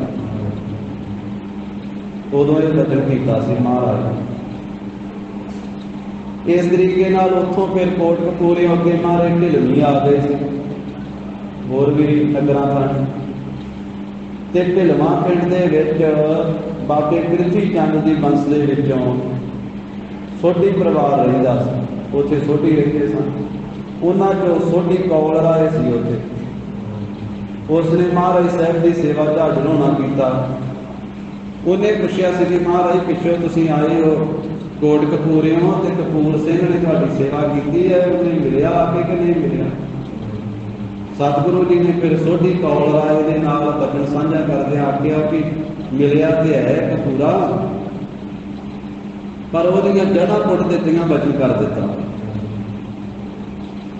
ਤੇ ਸੋਢੀ ਕੌਲ ਰਾਏ ਕਹਿੰਦਾ ਕਿ ਮਹਾਰਾਜ ਕਪੂਰ ਸਿੰਘ ਦੀਆਂ ਜੜ੍ਹਾਂ ਕੌਣ ਪੁੱਟੇਗਾ? ਉਹਦੀਆਂ ਜੜ੍ਹਾਂ ਤੇ ਮੇਰੇ ਢਿੱਡ 'ਚ ਲੱਗੀਆਂ। ਤੇ ਮਹਾਰਾਜ ਨੇ ਫਿਰ ਬਚਨ ਕੀਤਾ ਕਿ ਤੇ ਪਹਿਲਾਂ ਤੇਰਾ ਹੀ ਢਿੱਡ ਪਾਟੇਗਾ, ਤੇਰਾ ਹੀ ਪੇਟ ਪਾਟੇਗਾ, ਫੇਰ ਹੀ ਉਹਦੀਆਂ ਜੜ੍ਹਾਂ ਪੁੱਟੀਆਂ ਜਾਣਗੀਆਂ। ਇਹ ਸੋਢੀ ਕੌਲ ਰਾਏ ਨੂੰ ਨਹੀਂ ਬਚਨ ਹੋ ਗਿਆ ਤਾਂ ਕਿਉਂਕਿ ਕਪੂਰ ਸਿੰਘ ਸੋਢੀ ਕੌਲ ਰਾਏ ਦਾ ਸ਼ਰਧਾਲੂ ਸੀ। ਫਿਰ ਉੱਥੋਂ ਮਹਾਰਾਜ ਸਾਹਿਬ ਜੀ ਅੱਗੇ ਗਏ ਤੇ ਇੱਥੇ ਲੰਮਾ ਸਮਾਂ ਕਿੰਨਾ ਹੋਰ ਵੀ ਰਾਜ ਕਈ ਕੌਤਕ ਕੀਤੇ ਮਹਾਰਾਜ ਸਾਹਿਬ ਨੇ, ਕਈਆਂ ਪਿੰਡਾਂ ਥਾਣੀ ਹੁੰਦੇ ਹੁੰਦੇ ਫਿਰ ਸਾਬੋ ਕੀ ਤਲਵੰਡੀ। ਹੁਣ ਇੱਥੇ ਇਹ ਸਿੰਘਾਂ ਨੇ ਆ ਕੇ ਮਹਾਰਾਜ ਨੂੰ ਖਬਰ ਸੁਣਾਈ ਹੈ ਕਿ ਸਤਿਗੁਰੂ ਜੀ ਜੋ ਆਪ ਜੀ ਨੇ ਬਚਨ ਕੀਤਾ ਸੀ ਤੇ ਉਹ ਕਪੂਰਾ ਮਾਰਿਆ ਗਿਆ, ਕੋਟਕਪੂਰੇ ਵਾਲਾ। ਕੋਟਕਪੂਰੇ ਬੋਲੀਏ ਮਾਰੀ ਭਈ ਸਾਚ ਜਿਨ ਪ੍ਰਭੂ ਉਚਾਰੇ। ਜਿਵੇਂ ਸਤਿਗੁਰੂ ਜੀ ਆਪ ਜੀ ਨੇ ਉਚਾਰੀ ਸੀ ਉਹ ਕਪੂਰਾ ਤੁਰਕਾਂ ਨੇ ਮਾਰ ਦਿੱਤਾ ਹੈ। ਤੇ ਭਾਈ ਡੱਲ ਸਿੰਘ ਸਾਬੋ ਕੀ ਤਲਵੰਡੀ ਦਾ ਚੌਧਰੀ ਗੁਰੂ ਦਾ ਸਿੰਘ ਬਣਿਆ। ਮਹਾਰਾਜ ਦੀ ਸੇਵਾ ਭਾਵਨਾ ਨਾਲ ਕੀਤੀ ਜਿਸਨੇ। ਭਾਈ ਡੱਲ ਸਿੰਘ ਉਸ ਵੇਲੇ ਸੰਗਤ ਵਿੱਚ ਬੈਠਾ ਹੋਇਆ ਮਹਾਰਾਜ ਦੇ ਪਾਸ ਇਹ ਸਾਰੀ ਗੱਲਬਾਤ ਸੁਣ ਰਿਹਾ ਸੀ। ਸਿੰਘਾਂ ਤੋਂ ਪੁੱਛਣਾ ਕੀਤਾ ਕਿ ਇਹ ਸਾਰਾ ਵਰਤਾਂਤ ਜਿਹੜਾ ਕੀ ਇਹ ਵਰਤਾਂਤ ਹੈ, ਮੈਨੂੰ ਵੀ ਦੱਸੋ। ਕਿਸ ਨੇ ਮਾਰਿਆ ਹੈ ਕਪੂਰ ਸਿੰਘ ਨੂੰ? ਇਹ ਸਾਰਾ ਖੋਲ ਕੇ ਪ੍ਰਸੰਗ ਦੱਸੋ। ਤੇ ਕਿਸ ਦੇ ਨਾਲ ਉਸ ਕਪੂਰੇ ਨੇ ਜੰਗ ਕੀਤਾ ਹੈ? ਇਸ ਤਰ੍ਹਾਂ ਭਾਈ ਡੱਲ ਸਿੰਘ ਦੀ ਬੇਨਤੀ ਸੁਣ ਕਰਕੇ ਉਹਨਾਂ 10 ਸਿੰਘਾਂ ਦੇ ਵਿੱਚੋਂ ਫਿਰ ਇੱਕ ਸਿੰਘ ਨੇ ਸਾਰਾ ਪ੍ਰਸੰਗ ਸੁਣਾਇਆ ਹੈ। ਜਿਵੇਂ ਵੀ ਕਪੂਰ ਸਿੰਘ ਮਰਿਆ ਉਹ ਸਾਰੀ ਗੱਲ ਦੱਸਣ ਲੱਗੇ। ਕਹਿੰਦੇ ਕਿ ਢਿਲਵਾਂ ਪਿੰਡ ਦੇ ਵਿੱਚ ਮੇਲਾ ਜਿਹੜਾ ਸੀ ਨਾ, ਉਹ ਲੱਗਾ ਹੋਇਆ ਸੀ। ਬਹੁਤੇ ਲੋਕ ਉੱਥੇ ਚੱਲ ਕੇ ਆਏ। ਸੋਢੀ ਕੌਲ ਸਮਝੀ ਲਾਏ। ਉੱਥੇ ਜਿਹੜਾ ਕੌਲ ਰਾਏ ਸੋਢੀ ਹੈ ਨਾ, ਬਾਬੇ ਪ੍ਰਿਥੀ ਚੰਦ ਦੀ ਅੰਸ ਵਿੱਚੋਂ, ਤੇ ਉਹਨਾਂ ਨੂੰ ਸਾਰਾ ਹੀ ਉਹ ਇਲਾਕਾ ਜਿਹੜਾ ਸੀ ਸੋਢੀ ਕੌਲ ਰਾਏ ਨੂੰ ਮੰਨਦੇ ਸੀ। ਇਸ ਕਰਕੇ ਸੋਢੀ ਕੌਲ ਰਾਏ ਨੇ ਉੱਥੇ ਆਪਣੀ ਮੰਜੀ ਲਾਈ ਹੋਈ ਹੈ। ਬੈਠੇ ਭੇਟਾਂ ਲੋਕ ਚੜਾਏ। ਉਹ ਆਪਣੀ ਮੰਜੀ ਲਾ ਕੇ, ਭਾਵ ਆਪਣੇ ਆਪ ਨੂੰ ਗੁਰੂ ਮੰਨ ਕੇ ਉੱਥੇ ਬੈਠਾ ਹੋਇਆ ਕਿ ਆਪਣੀ ਪੂਜਾ ਕਰਾ ਦੇ ਕਿ ਮੈਂ ਗੁਰੂ ਦੀ ਵੰਸ ਵਿੱਚੋਂ ਹਾਂ। ਬਾਬੇ ਪ੍ਰਿਥੀ ਚੰਦ ਨੂੰ ਵੀ ਕਈ ਇਲਾਕਾ ਗੁਰੂ ਮੰਨਦਾ ਹੀ ਰਿਹਾ। ਜਿੰਨੇ ਲੋਕ ਬਾਬੇ ਪ੍ਰਿਥੀ ਚੰਦ ਦੇ ਮਗਰ ਲੱਗੇ ਸੀ, ਉਹ ਬਾਬੇ ਪ੍ਰਿਥੀ ਚੰਦ ਨੂੰ ਗੁਰੂ ਕਰਕੇ ਹੀ ਮੰਨਦੇ ਰਹੇ। ਉਹ ਕਹਿੰਦੇ ਵੀ ਸਾਡਾ ਸਤਿਗੁਰੂ ਬਾਬਾ ਪ੍ਰਿਥੀ ਚੰਦ। ਇਸੇ ਤਰ੍ਹਾਂ ਜਿਹੜੇ ਧੀਰਮਲ ਦੇ ਮਗਰ ਲੱਗੇ ਸੀ, ਉਹ ਧੀਰਮਲ ਨੂੰ ਵੀ ਗੁਰੂ ਕਰਕੇ ਪੂਜਦੇ ਹੀ ਰਹੇ। ਜਿਹੜੇ ਬਾਬੇ ਰਾਮ ਰਾਏ ਦੇ ਮਗਰ ਲੱਗੇ ਸੀ, ਉਹ ਬਾਬੇ ਰਾਮ ਰਾਏ ਨੂੰ ਵੀ ਗੁਰੂ ਕਰਕੇ ਪੂਜਦੇ ਰਹੇ ਉਹ ਇਲਾਕਾ, ਜਿਹੜੇ ਉਹਦੇ ਮਗਰ ਲੱਗੇ ਸੀ। ਇਸੇ ਕਰਕੇ ਫਿਰ ਕਲਗੀਧਰ ਪਾਤਸ਼ਾਹ ਗਰੀਬ ਨਵਾਜ਼ ਸਾਹਿਬ ਜੀ ਨੇ ਬਚਨ ਕਹੇ ਆਪਣੇ ਹੁਕਮਨਾਮਿਆਂ ਵਿੱਚ, ਰਹਿਤਨਾਮਿਆਂ 'ਚ ਬਚਨ ਆਉਂਦੇ ਕਿ ਜੋ ਖੰਡੇ ਬਾਟੇ ਦਾ ਅੰਮ੍ਰਿਤ ਛਕੇ, ਉਹ ਇਹ ਬਾਕੀਆਂ ਦੇ ਨਾਲ ਸਾਂਝ ਨਾ ਰੱਖੇ। ਮੀਣੇ ਮਸੰਦੀਏ, ਰਾਮ ਰਾਈਏ, ਧੀਰ ਮਲੀਏ, ਨੜੀ ਮਾਰ, ਕੁੜੀ ਮਾਰ, ਸਿਰ ਗੁੰਮ, ਇਹ ਕਈ ਆ ਮਾਰੇ ਕਹਿੰਦੇ ਇਹਨਾਂ ਨਾਲ ਤਾਲਮੇਲ ਨਹੀਂ ਰੱਖਣਾ। ਜਦੋਂ ਇਹ ਆ ਕਰਕੇ ਗੁਰੂ ਕੀ ਸੰਗਤ ਵਿੱਚ ਅੰਮ੍ਰਿਤ ਛਕ ਕੇ ਗੁਰੂ ਕੀ ਰਹਿਤ ਵਿੱਚ ਆ ਜਾਣ, ਫਿਰ ਇਹਨਾਂ ਨਾਲ ਤਾਲਮੇਲ ਰੱਖਣਾ, ਨਹੀਂ ਤੇ ਇਹਨਾਂ ਨਾਲ ਵਾਹ ਵਾਸਤਾ ਕੋਈ ਨਹੀਂ। ਇਹ ਨਹੀਂ ਕਿ ਹੋਲੇ ਮਹੱਲੇ ਤੇ ਜਾਂਦੇ ਆ ਇੱਧਰ ਵੀ ਮੱਥਾ ਟੇਕ ਲੈਣਾ ਤੇ ਉੱਧਰ ਸਿਰ ਘੁਮਾਉਣ ਵਾਲੇ ਵੀ ਟਰੱਕ ਲੈ ਕੇ ਚਲੇ ਜਾਣਾ, ਫਿਰ ਨਹੀਂ ਗੁਰੂ ਕੀ ਖੁਸ਼ੀ ਪ੍ਰਾਪਤ। ਮਹਾਰਾਜ ਸਾਹਿਬ ਨੇ ਆਖਿਆ ਸਾਡਾ ਜਿਹੜਾ ਸਿੰਘ ਆ ਉਧਰਲੇ ਪਾਸੇ ਮੇਲ ਮਿਲਾਪ ਨਾ ਰੱਖੇ। ਤਾਂ ਇੱਥੇ ਇਹ ਸੋਢੀ ਕੌਲ ਰਾਏ ਉਹ ਮੰਜੀ ਲਾ ਕੇ ਬੈਠਾ ਹੋਇਆ। ਲੋਕ ਆ ਕੇ ਨਮਸਕਾਰਾਂ ਕਰਦੇ ਆ ਤੇ ਭੇਟਾ ਚੜਾਉਂਦੇ ਹਨ ਢਿਲਵਾਂ ਪਿੰਡ ਦੇ ਵਿੱਚ। ਤੇ ਉੱਥੇ ਕਪੂਰਾ ਵੀ ਮੇਲੇ ਵਿੱਚ ਗਿਆ ਮੇਲਾ ਵੇਖਣ। ਤੇ ਕਈ ਆਪਣੇ ਸਿਪਾਹੀ ਵੀ ਨਾਲ ਲਏ ਹੋਏ ਆ ਕਪੂਰੇ ਨੇ। ਇਹ ਕਪੂਰੇ ਦੇ ਵੈਰੀ ਸੀ ਬਰਗਾੜੀ ਪਿੰਡ ਦੇ ਵਿੱਚ, ਜੋ ਮਾਲਵੇ ਦੇ ਵਿੱਚ ਬਰਗਾੜੀ ਪਿੰਡ ਹੈ, ਜਿਸ ਥਾਂ ਦੇ ਉੱਤੇ ਮਹਾਰਾਜ ਸਾਹਿਬ ਜੀ ਦੀ ਗਿਰਦੀ ਵੀ ਹੋਈ ਪਿਛਲੇ ਸਮੇਂ ਦੇ ਵਿੱਚ। ਤਾਂ ਉਹ ਥਾਂ ਬਰਗਾੜੀ ਨਗਰ ਦੇ ਵਿੱਚ ਇੱਕ ਕਪੂਰੇ ਦੇ ਵੈਰੀ ਸਨ। ਇਹਦਾ ਭਰਾ ਦਾ ਪੁੱਤਰ ਸੀ, ਇਹਦਾ ਵੈਰੀ ਆਪਣੀ ਸੀ, ਇਹਦੇ ਆਪਣੇ ਸ਼ਰੀਕੇ ਭਾਈਚਾਰੇ ਦੇ ਨਾਲ ਹੀ ਇਹਦੀ ਸਹਿਬਾਜ਼ੀ ਸੀ। ਤਾਂ ਪਹਿਲਾਂ ਵੀ ਉਹ ਪ੍ਰਸੰਗ ਜਦੋਂ ਮਹਾਰਾਜ ਬਰਗਾੜੀ ਵੀ ਗਏ ਆ ਨਾ, ਇੱਧਰੋਂ ਜਾਂਦੇ ਜਾਂਦੇ ਗੁਰੂ ਗੋਬਿੰਦ ਸਿੰਘ ਮਹਾਰਾਜ, ਤੇ ਇਹ ਕਪੂਰੇ ਦਾ ਜਿਹੜਾ ਭਰਾ ਸੀ ਤੇ ਭਰਾ ਦਾ ਪੁੱਤਰ ਸੀ, ਭਾਵ ਇਹ ਕਪੂਰੇ ਦਾ ਭਤੀਜਾ, ਉਹ ਆਪਣੇ ਸੰਗੀਆਂ ਸਾਥੀਆਂ ਨੂੰ ਆਪਣੀ ਫੌਜ ਨੂੰ ਨਾਲ ਲੈ ਕਰਕੇ ਤੇ ਕਪੂਰੇ ਤੇ ਚੜ੍ਹਾਈ ਕਰਕੇ ਜਾਣ ਲੱਗਾ ਸੀ। ਜਦੋਂ ਗੁਰੂ ਗੋਬਿੰਦ ਸਿੰਘ ਜਾਂਦਿਆਂ ਜਾਂਦਿਆਂ ਬਰਗਾੜੀ ਠਹਿਰੇ ਸਨ, ਉਹਨੂੰ ਪਤਾ ਲੱਗਾ ਕਿ ਨਗਰ ਦੇ ਵਿੱਚ ਗੁਰੂ ਗੋਬਿੰਦ ਸਿੰਘ ਮਹਾਰਾਜ ਆਏ। ਕਹਿੰਦਾ ਵੀ ਚਲੋ ਉੱਧਰ ਤੇ ਫਿਰ ਲੜ ਦੇਵਾਂਗੇ ਕਪੂਰ ਸਿੰਘ ਨਾਲ, ਪਹਿਲਾਂ ਮਹਾਰਾਜ ਦਾ ਦਰਸ਼ਨ ਕਰੀਏ। ਉਹ ਫਿਰ ਇੱਧਰ ਆ ਗਿਆ ਤੇ ਮਹਾਰਾਜ ਗੁਰੂ ਗੋਬਿੰਦ ਸਿੰਘ ਜੀ ਨੂੰ ਦਰਸ਼ਨ ਕੀਤੇ ਤੇ ਸਾਰੇ ਘੋੜਿਆਂ ਦੀ ਵੀ ਸੇਵਾ ਕੀਤੀ, ਲੰਗਰ ਦੀ ਵੀ ਰਸਤ ਭੇਟ ਕੀਤੀ ਤੇ ਘੋੜਿਆਂ ਵਾਸਤੇ ਵੀ ਦਾਣਾ ਇਕੱਠਾ ਹਾਜ਼ਰ ਕੀਤਾ ਸੀ। ਇੱਕ ਕਪੂਰੇ ਦੇ ਭਤੀਜੇ ਨੇ ਤੇ ਨਾਲੇ ਬੇਨਤੀ ਕੀਤੀ, ਮਹਾਰਾਜ ਮੈਂ ਤਾਂ ਲੜਾਈ ਕਰਨ ਚੱਲਿਆ ਸੀ, ਆਪਣੇ ਸ਼ਰੀਕੇ ਭਾਈਚਾਰੇ ਨਾਲ ਸਾਡੀ ਖੜਕਦੀ ਆ, ਤੇ ਆਪ ਜੀ ਦਾ ਸੁਣਿਆ ਤੇ ਮਹਾਰਾਜ ਨੇ ਦਰਸ਼ਨ ਕਰਨ ਵਾਸਤੇ ਆ ਗਿਆ। ਤੇ ਸਤਿਗੁਰੂ ਕਹਿਣ ਲੱਗੇ ਵੀ ਤੂੰ ਇੱਥੇ ਹੀ ਰਹਿ, ਤੂੰ ਜਾਣ ਦੀ ਖੇਚਲ ਕੀ ਕਰਨੀ, ਕੱਲ ਨੂੰ ਤੇਰੇ ਕੋਲੇ ਉਹਨਾਂ ਆ ਜਾਣਾ ਮੈਂ ਚੜ੍ਹ ਕੇ। ਇਹ ਆਪਾਂ ਕਥਾ ਪਿੱਛੇ ਸੁਣੀ ਆ ਥੋੜੀ ਜੀ, ਉਹ ਧਿਆਨ ਵਿੱਚ ਲਿਆਉਣ ਵਾਸਤੇ ਪਿੱਛੇ ਆਪਾਂ ਇਹ ਕਥਾ ਪੜ੍ਹ ਕੇ ਆਏ। ਮਹਾਰਾਜ ਕਹਿੰਦੇ ਕੱਲ ਨੂੰ ਤੇਰੇ ਕੋਲੇ ਉਹਨਾਂ ਚੜ੍ਹ ਕੇ ਆ ਜਾਣਾ, ਪਰ ਸਾਡਾ ਬਚਨ ਮੰਨੀ। ਆਪਣੇ ਪਿੰਡ ਵਾਲਿਆਂ ਨੂੰ ਉਹ ਜਿਹੜੇ ਚੜ੍ਹ ਕੇ ਆਉਗੀ ਨਾ ਕਪੂਰੇ ਦੀ ਭੇਜੀ ਹੋਈ ਫੌਜ, ਉਹਦੇ ਨਾਲ ਲੜਾਵੀਂ, ਆਪ ਨਾਲ ਜੱਟ ਲੜੀ ਜਾ ਕੇ। ਪਿੰਡ ਵਾਲਿਆਂ ਨੂੰ ਭੇਜਦੀ, ਆਪ ਅੰਦਰ ਬੈਠਾ ਰਹੇ। ਇਹਨੇ ਆਖਿਆ ਜੀ 7 ਵਜੇ। ਮਹਾਰਾਜ ਕਹਿੰਦੇ ਜੇ ਨਾ ਚੜ੍ਹ ਕੇ ਜਾਵੇਂਗਾ, ਦੁਬਾਰਾ ਜਦੋਂ ਚੜ੍ਹਾਈ ਕਰਕੇ ਜਾਵੇਂਗਾ ਫਿਰ ਤੇਰੀ ਜਿੱਤ ਹੋਊਗੀ। अगले दिन इस तरह होया, इधरों यदि फौज कपूरे की चढ़ के गई तो उन्हें बाकी सारे भेज दिता भी मैनू महाराज ने बचन किया मैं नहीं जाना, अपने घर में बरगाड़ी पिंड में बैठा रहा। जिस वेले बैठा रहा तो बाकी नगर के लोग फौज नाल लड़ रहे हैं तो घर वाली कहती है भी बाकी सारे लोगों को भेज के ते चंगा तू सरदार चंगा तू आगू आ तू अंदर वड़ के बह गया ते आ मेरे वस्त्र तू पाला ते मैनू अपने वस्त्र दे दे, फिर मैं जंग करती जाके जे तू नहीं जाना तो कहाउणा सरदार वा पिंड दा ते पिंड वाले सारे लड़ाई करते तू अंदर वड़ के बैठा। वो कहता भी महाराज का वचन होया, कहती तू तो डरपोक बन गया हिजड़ा बन के अंदर बैठा, फिर मैं जावा हूँ जंग करने वास्ते।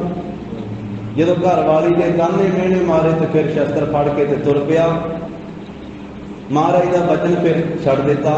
जो गया जंग करने वास्ते एक बारी तो हल्ला करके फौज को भजना पा दित्तियां ते फिर गोलियां की विछाड़ हुई तो एकदम गोलियां वजियां ते उत्थे ढेरी हो गया। जो ढेरी हो गया तो एक बंदा फिर भजा भजा वो आया 10वें पातशाह को, उन्हें उसका नाम लैके आख्या महाराज ते आप जी ने वचन किया सी पर वो लड़ाई करने वास्ते चले गया, नहीं रहा घर में ते महाराज मारिया गया। सतगुरु कहते नहीं जिउंदा वा, नहीं मारिया गया। कहता महाराज मैं आप वेख के आया गोलियां वजियां मारिया गया। सतगुरु कहते नहीं मारिया गया जिउंदा वा। कहता महाराज मैं तो आप वेख के आया मारिया गया। तीजी बारी फिर वचन किया नहीं जिउंदा वा। कहता महाराज नहीं मरिया पिया, मैं वेख्या धरती ते लेटन दिया। सतगुरु कहते लै फिर हुण मरिया ही। कहते भी उहदा धौर जिहड़ा ना उहदी जीवात्मा से अपनी मुठ च रखी सी, पर तू नहीं उहनूं जिउंदा रहण दिता। जे कह दिंदा ना भी नहीं वचन मन लैंदा साडा ते फिर उहने जिउंदे रहना सी। महाराज कहते लै हुण मुठ खोल दित्ती है। ये वचन पिछे आपां साध संगत जी श्रवण कीता। वो बरगाड़ी वालियां नाल वो फिर उस वेले इहदी फौज ने वो जिहड़ा भतीजा मारिया सी भरा दा पुत्तर, आपस के सरीके दे विच इहदी लड़ाई सी कपूरे दी। ਤਾਂ ਹੁਣ ਜਦੋਂ ਇਹ ਢਿਲਵੀ ਮੇਲੇ ਤੇ ਇਕੱਠੇ ਹੋਏ ਆ ਤੇ ਕਹਿੰਦੇ ਬੈਰੀ ਬਰਗਾੜੀ ਤੇ ਸਨੇਰੇ ਉਹ ਬਰਗਾੜੀ ਪਿੰਡ ਵਾਲੇ ਜਿਹੜੇ ਇਹਦੇ ਵੈਰੀ ਸੀ ਉਹ ਵੀ ਉੱਥੇ ਆਏ ਹਨ। ਉਹ ਸ਼ਰੀਕਾ ਸੀ ਤੇ ਉਸ ਮੌਕੇ ਦੇ ਉੱਤੇ ਉਹਨਾਂ ਦੇ ਕਈ ਸਾਥੀ ਮਾਰੇ ਸੀ, ਭਤੀਜੇ ਨੂੰ ਮਾਰਿਆ ਸੀ, ਹੋਰ ਕਈ ਉਹਨਾਂ ਦੇ ਸਿਪਾਹੀ ਮਾਰੇ ਸੀ, ਉਹ ਵੀ ਮੇਲੇ ਵਿੱਚ ਆਏ ਹੋਏ ਸਨ। ਇਧਰੋਂ ਕਪੂਰਾ ਆਪਣੀ ਫੌਜ ਦੇ ਸਮੇਤ ਢਿਲਵੀ ਮੇਲੇ ਤੇ ਆਇਆ ਵਾ। ਸੋਢੀਆਂ ਦੇ ਮੇਲੇ ਤੇ ਪ੍ਰਿਤੀ ਚੰਦ ਦੀ ਬੰਸ ਸੋਢੀ ਕੌਲ ਰਾਏ ਨੇ ਮੇਲਾ ਮਨਾ ਰਿਹਾ। ਉਧਰੋਂ ਇਹਦੇ ਜਿਹੜੇ ਵੈਰੀ ਸੀ ਬਰਗਾੜੀ ਨਗਰ ਵਿੱਚੋਂ ਉਹ ਵੀ ਆਏ ਹੋਏ ਹਨ। ਇਸ ਤਰ੍ਹਾਂ ਕਹਿੰਦੇ ਹਨ ਵੀ ਇਹ ਆਪਸ ਦੇ ਵਿੱਚ ਇਹਨਾਂ ਦੀ ਬਣਦੀ ਨਹੀਂ ਸੀ। ਜਿਨ੍ਹਾਂ ਨੂੰ ਇਹਨਾਂ ਨੇ ਦੁੱਖ ਦਿੱਤਾ ਹੋਇਆ ਸੀ ਉਹਨਾਂ ਨਾਲ ਮੇਲ ਨਹੀਂ ਸੀ ਹੋਇਆ। ਹੁਣ ਦੋਵਾਂ ਪਾਸੇ ਦੀ ਫੌਜ ਨੇ ਸ਼ਰਾਬਾਂ ਪੀਤੀਆਂ ਹੋਈਆਂ। ये बाकी मेलियां ते इस तरह ही चलता वा काम। ये तां गुरु घर के जिहड़े मेले आ इन्हां नूं जोड़ मेले आख्या जाता। ये जुड़न वाले मेले कि इत्थे आ करके किसी ने नाम नाल जुड़ना, बाणी नाल जुड़ना, खंडे पाके दा अमृत छकना, संगत नाल जुड़ना, ये सेवा नाल जुड़ना, सिमरन नाल जुड़न वास्ते ये आ। सेवा सिमरन नाल बाणी बाणे नाल जुड़न वास्ते, साफ कसूर धोण वास्ते, गुरु की रहत मर्यादा नाल जुड़न वास्ते ये जोड़ मेले बनाए कि इत्थे जिवें विसाखी का जिहड़ा दिहाड़ा है भाई पारो जी ने बेनती करके गोइंदवाल साहब गुरु अमरदास साहब महाराज को आरंभ करवाया कि महाराज कोई सिख किते रहिंदा, कोई किसी देश में, कोई किसी देश में एक जोड़ मेला बनाइए कि सारी संगत इकट्ठी होवे ते जिथे आप जी के दर्शन होण, उपदेश प्राप्त होवे, उत्थे आपस में भी सांझ बने संगत, एक दूजे इलाके वाली संगत आपस में जान पछाण बने।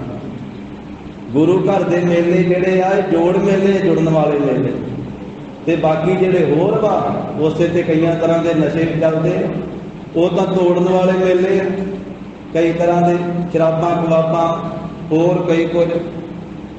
तां इस तरीके दे नाल हुण इत्थे जिहड़ा मेला इहदे च कहंदे दोवां पासे दे लोकां ने शराब पीती।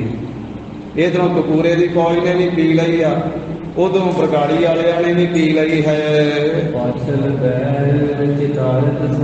ते जदों शराब पी के रज रुज गए ना ਫਿਰ ਉਹ ਪਿਛਲੇ ਵੈਰ ਜਿਹੜੀਆਂ ਖੁੰਦਕਾਂ ਸੀ ਉਹ ਚੇਤੇ ਆ ਗਈਆਂ ਰਤਨ ਕਰਿਓ ਬਾਦ ਵਿਸਾਲਾ ਤੇ ਫਿਰ ਇੱਕ ਦੂਜੇ ਨਾਲ ਬਕਵਾਸ ਕੀਤਾ, ਬਹੁਤ ਜ਼ਿਆਦਾ ਗਾਲੀ ਗਲੋਚ ਕੀਤਾ। ਹੁਣ ਸ਼ਰਾਬ ਪੀ ਕਰਕੇ ਚੰਗੇ ਬੋਲ ਥੋੜਾ ਮੂੰਹ ਚੋਂ ਨਿਕਲਦੇ ਨੇ। ਫਿਰ ਕਬੋਲ ਬੋਲੇ, ਇਧਰੋਂ ਬੋਲੇ, ਉਹਨਾਂ ਨੇ ਅੱਗੋਂ ਬੋਲੇ, ਸਵਾਲ ਜਵਾਬ ਤੋਂ ਇਸ ਤਰ੍ਹਾਂ ਫਿਰ ਲੜਾਈ ਝਗੜਾ ਵੱਧ ਗਿਆ।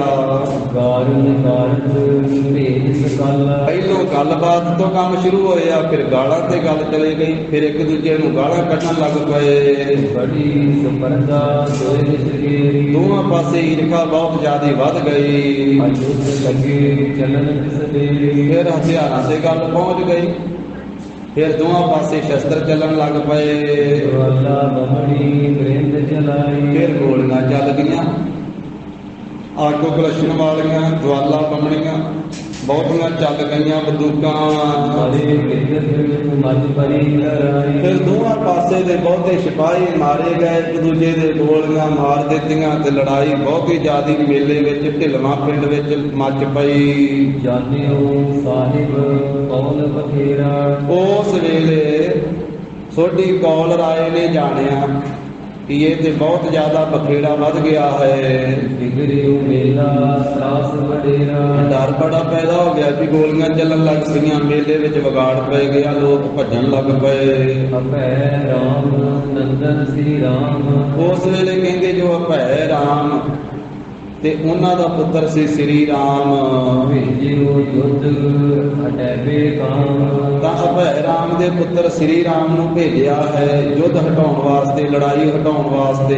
ਸਰਜਤ ਦੋਨੋਂ ਦਿਸਨ ਹਟਾਵੇ ਉਹ ਇਧਰੋਂ ਕਪੂਰੇ ਦੀ ਫੌਜ ਨੂੰ ਵੀ ਤੇ ਉਧਰੋਂ ਇਹਦਾ ਜਿਹੜਾ ਸ਼ਰੀਕਾ ਬਰਗਾੜੀ ਪਿੰਡ ਤੋਂ ਆਇਆ ਸੀ ਉਹਨਾਂ ਦੀ ਫੌਜ ਨੂੰ ਵੀ, ਦੋਵਾਂ ਪਾਸੇ ਨੂੰ ਤਰਜਦਾ ਹੈ, ਤਾੜਨਾ ਕਰਦਾ ਹੈ, ਹਟਾਉਂਦਾ ਹੈ। ਗੁਰ ਘਰ ਮੈਂ ਇਨ ਜੰਗ ਮਚਾਵੇ ਉਹ ਸ੍ਰੀ ਰਾਮ ਜੋ ਸੋਢੀ ਕੌਲ ਰਾਏ ਦਾ ਪੋਤਰਾ ਸੀ, ਅਭੈ ਰਾਮ ਦਾ ਪੁੱਤਰ ਸੀ, ਤਾਂ ਰੋਕਦਾ ਦੋਵਾਂ ਪਾਸੇ ਵਾਲਿਆਂ ਨੂੰ ਵੀ ਤੁਸੀਂ ਲੜਾਈ ਇੱਥੇ ਨਾ ਕਰੋ, ਇਹ ਗੁਰੂ ਘਰ ਆ ਤੇ ਗੁਰੂ ਘਰ ਵਿੱਚ ਲੜਾਈ ਨਹੀਂ ਕਰੀਦੀ ਹੈ। ਨਿਜ ਘਰ ਕਮਲੋ ਕਰੋ ਲੜਾਈ ਆਪਣੇ ਘਰੇ ਜਾਓ ਤੇ ਘਰ ਜਾ ਕੇ ਜਿੰਨੀ ਮਰਜ਼ੀ ਲੜਾਈ ਕਰੋ। ਹਟ ਜਾਵੋ ਕਿਉਂ ਧੂਮ ਮਚਾਈ ਹਟ ਜਾਓ, ਕਿਉਂ ਤੁਸੀਂ ਮੇਲੇ ਵਿੱਚ ਵਿਗਾੜ ਪਾਇਆ ਹੋਇਆ, ਕਿਉਂ ਉਧੜ ਧੁੰਮੀ ਚੁੱਕੀ ਹੋਈ ਹੈ।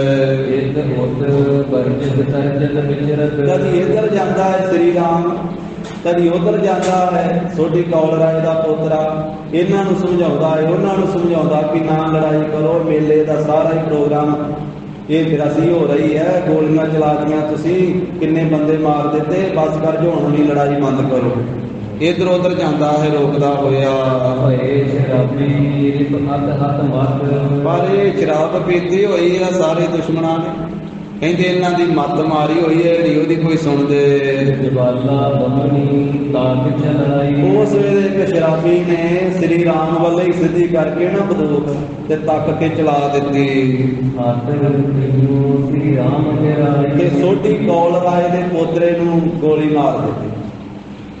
ਗੋਲੀ ਵੱਜਣ ਦੀ ਦੇਰ ਸੀ, ਉਸੇ ਵੇਲੇ ਧਰਤੀ ਤੇ ਲੇਟ ਗਿਆ, ਉਸੇ ਵੇਲੇ ਮੌਤ ਹੋ ਗਈ। ਕੋਨ ਮਾਨਵ ਤਬ ਲੋਰੇ ਗਏ ਜਦੋਂ ਇਹ ਗੱਲ ਸੁਣੀ ਤੇ ਬੜੇ ਲੋਕ ਜਿਹੜੇ ਸੀ ਸ਼ਰਧਾਲੂ ਉਹ ਦੌੜ ਕੇ ਗਏ। ਮਰਿਓ ਉਠਾਏ ਸੋ ਲਿਆਵਤ ਭਈ ਛੋਟੀ ਕੌਲ ਰਾਏ ਦੇ ਪੋਤਰੇ ਨੂੰ ਮਰੇ ਹੋਏ ਨੂੰ ਚੁੱਕ ਕਰਕੇ ਉਹਦੀ ਲਾਸ਼ ਨੂੰ ਲੈ ਕੇ ਆਏ। ਸੋਢੀ ਅਮਰ ਗਏ ਇਸ ਭਰ ਕੇ ਫਿਰ ਹੋਰ ਜਿੰਨਾ ਸੋਢੀ ਪਰਿਵਾਰ ਸੀ ਉਹ ਗੁੱਸੇ ਵਿੱਚ ਭਰਿਆ ਪੀਤਾ ਗਿਆ। ਵਰਜਤ ਤਰਜਤ ਕਾਰਨ ਕਰਕੇ ਫਿਰ ਉਹਨਾਂ ਨੇ ਤਾੜਨਾ ਕਰ ਕਰਕੇ ਬੋਲ ਬੋਲ ਕੇ ਇਹਨਾਂ ਨੂੰ ਵਰਜਿਆ, ਰੋਕਣ ਦਾ ਯਤਨ ਕੀਤਾ। ਸ੍ਰੀ ਰਾਮ ਸਤਕਾਰਨ ਲਾਗੇ ਇਸ ਤਰ੍ਹਾਂ ਇਹ ਸ੍ਰੀ ਰਾਮ ਨੂੰ ਸੰਸਕਾਰ ਕਰਨ ਲੱਗੇ ਹਰੋ ਕੌਲ ਕੋ ਸੰਕਟ ਪਾਗੇ ਤੇ ਸੋਢੀ ਕੌਲ ਰਾਏ ਪਾਸ ਖਲੋਤਾ ਹੈ। ਜਦੋਂ ਉਹਦੇ ਪੋਤਰੇ ਦਾ ਸੰਸਕਾਰ ਕਰਨ ਲੱਗੇ ਨਾ ਤਾਂ ਬਹੁਤ ਜ਼ਿਆਦਾ ਸੰਕਟ ਦੇ ਵਿੱਚ ਹੈ, ਬਹੁਤ ਜ਼ਿਆਦਾ ਦੁੱਖ ਵਿੱਚ ਹੈ ਸੋਢੀ ਕੌਲ ਰਾਏ। ਬੋਲਿਓ ਨਹੀਂ ਕਹਾ ਇਸ ਕਰੀਏ ਬੋਲਿਆ ਸੋਢੀ ਕੌਲ ਰਾਏ, ਕਹਿਣ ਲੱਗਾ ਇਹਦਾ ਸੰਸਕਾਰ ਨਾ ਕਰੋ, ਅਪਰ ਬਿਗਨ ਕੁਝ ਹੋਰ ਵਿਚਰੀਏ ਹੋਰ ਵਿਘਨ ਹੋ ਰਿਹਾ ਹੈ, ਵਿਚਾਰ ਕਰੋ, ਹਲੇ ਦਾ ਸੰਸਕਾਰ ਨਾ ਕਰੋ। ਤੇ ਇਸ ਤਰ੍ਹਾਂ ਪ੍ਰਤੀਤ ਹੋ ਰਿਹਾ ਹੋਰ ਵਿਘਨ ਹੋ ਰਿਹਾ ਹੈ। ਸਾਤੀ ਵਾਹ ਲੱਗੈ ਜਹਾਨ ਮੇਰੇ ਸਰੀਰ ਨੂੰ ਤੱਤੀ ਹਵਾ ਲੱਗ ਰਹੀ ਹੈ, ਮੇਰਾ ਸਰੀਰ ਜਿਹੜਾ ਹੈ ਉਹਨੂੰ ਗਰਮ ਹਵਾ ਲੱਗ ਰਹੀ। ਉਹ ਮਹਾਰਾਜ ਨੇ ਜੋ ਬਚਨ ਕਹੇ ਸੀ ਨਾ ਉਹ ਪੂਰੇ ਹੋਏ। ਦਸ਼ਮੇਸ਼ ਪਾਤਸ਼ਾਹ ਨੇ ਅੱਗੇ ਨੇ ਆਖਿਆ ਕਿ ਨਾ ਕਪੂਰੇ ਦੀਆਂ ਜੜ੍ਹਾਂ ਕੌਣ ਪੁੱਟੇਗਾ, ਉਹਦੀਆਂ ਜੜ੍ਹਾਂ ਤੇ ਮੇਰੇ ਪੇਟ ਵਿੱਚ ਆ। ਮਹਾਰਾਜ ਨੇ ਆਖਿਆ ਪਹਿਲਾਂ ਤੇਰਾ ਹੀ ਪੇਟ ਪਾਟੇਗਾ ਤੇ ਫੇਰ ਹੀ ਉਹਦੀਆਂ ਜੜ੍ਹਾਂ ਪੁੱਟੀਆਂ ਜਾਣਗੀਆਂ ਜੇ ਤੇਰੇ ਪੇਟ ਵਿੱਚ ਆ। ਹੁਣ ਉਹ ਪੋਤਰਾ ਮਾਰਿਆ ਗਿਆ ਤੇ ਕਹਿਣ ਲੱਗਾ ਇਹਦਾ ਸੰਸਕਾਰ ਨਾ ਕਰੋ, ਹਾਲੇ ਹੋਰ ਵਿਘਨ ਹੋਣ ਵਾਲਾ ਹੈ, ਮੇਰੇ ਸਰੀਰ ਨੂੰ ਤੱਤੀ ਵਾਹ ਲੱਗ ਰਹੀ ਹੈ। ਉਧਰ ਵੇਖੋ ਗੁਰੂ ਮਾਰੇ ਜਿਹੜੇ ਉਹ ਲੜਾਈ ਕਰ ਰਹੇ ਹਨ। ਮੇਰਾ ਪਰਿਵਾਰ ਰੋਕਣ ਵਾਸਤੇ ਗਿਆ ਹੋਇਆ ਹੈ ਤੇ ਮਿਲ ਕਰਕੇ ਬਹੁਤ ਵੱਡਾ ਵਿਖੇੜਾ ਪੈਦਾ ਕਰ ਦਿੱਤਾ ਹੈ। ਇੰਨੇ ਚਿਰ ਨੂੰ ਇੱਕ ਹੋਰ ਬੰਦਾ ਭੱਜਾ ਆਇਆ। ਉਹਨੇ ਹੋਰ ਦੁੱਖ ਦੇਣ ਵਾਲਾ ਬਚਨ ਸੋਢੀ ਕੌਲ ਰਾਏ ਦੇ ਕੋਲੇ ਆ ਕੇ ਕਹਿ ਦਿੱਤਾ ਕਿ ਜੋ ਸ੍ਰੀ ਰਾਮ ਦਾ ਛੋਟਾ ਭਰਾ ਸੀ ਨਾ ਪ੍ਰਜਾਪਤ, ਉਹਦੇ ਵੀ ਗੋਲੀ ਵੱਜ ਗਈ ਹੈ ਤੇ ਉਹ ਵੀ ਹੁਣੇ ਮਾਰਿਆ ਗਿਆ। ਦੂਜਾ ਭਰਾ ਵੀ ਮਾਰਿਆ ਗਿਆ ਹੈ। ਜਾ ਕੇ ਫਿਰ ਸੋਢੀ ਗਏ ਤੇ ਜਾ ਕੇ ਦੂਜੇ ਭਰਾ ਪ੍ਰਜਾਪਤ ਨੂੰ ਵੀ ਚੁੱਕ ਕੇ ਲੈ ਕੇ ਆਏ ਛੇਤੀ ਨਾਲ। ਸਾਰੇ ਸੋਢੀ ਪਰਿਵਾਰ ਨੇ, ਇਹ ਬਾਬੇ ਪ੍ਰਿਥੀ ਚੰਦ ਦੀ ਬੰਸ ਵਾਲਿਆਂ ਨੇ ਬਹੁਤਾ ਦੁੱਖ ਪਾਇਆ। ਦੋਨਾਂ ਭਰਾਵਾਂ ਨੂੰ, ਸ੍ਰੀ ਰਾਮ ਨੂੰ ਤੇ ਪ੍ਰਜਾਪਤ ਨੂੰ ਇਕੱਠਿਆਂ ਦਾ ਸੰਸਕਾਰ ਕੀਤਾ। ਫਿਰ ਅਭੈ ਰਾਮ ਜੋ ਇਹਨਾਂ ਦਾ ਪਿਤਾ ਸੀ ਦੋਨਾਂ ਭਰਾਵਾਂ ਦਾ, ਉਸ ਨੇ ਸ਼ਰਾਬ ਰੂਪੀ ਬਚਨ ਕਹਿੰਦੇ ਉਸ ਵੇਲੇ ਉਚਾਰਿਆ ਕਿ ਮੇਰੇ ਪੁੱਤਰ ਤੂੰ ਦੋਵੇਂ ਮਾਰ ਦਿੱਤੇ,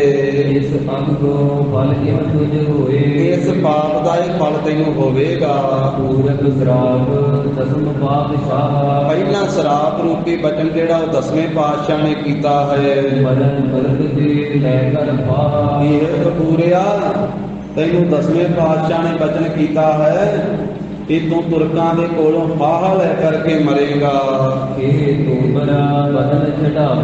ਇਹ 10ਵੇਂ ਪਾਤਸ਼ਾਹ ਨੇ ਤੇਰੇ ਵਾਸਤੇ ਬਚਨ ਕੀਤਾ ਸ਼ਰਾਬ ਰੂਪੀ ਕਿ ਖੇ ਪਾ ਕੇ ਤੇਰੇ ਸਿਰ ਵਿੱਚ ਤੋਬਰਾ ਚੜਾ ਕੇ ਤੇਰੇ ਸਿਰ ਦੇ ਉੱਤੇ ਤੈਨੂੰ ਫਾਹੇ ਲਾਉਣਗੇ।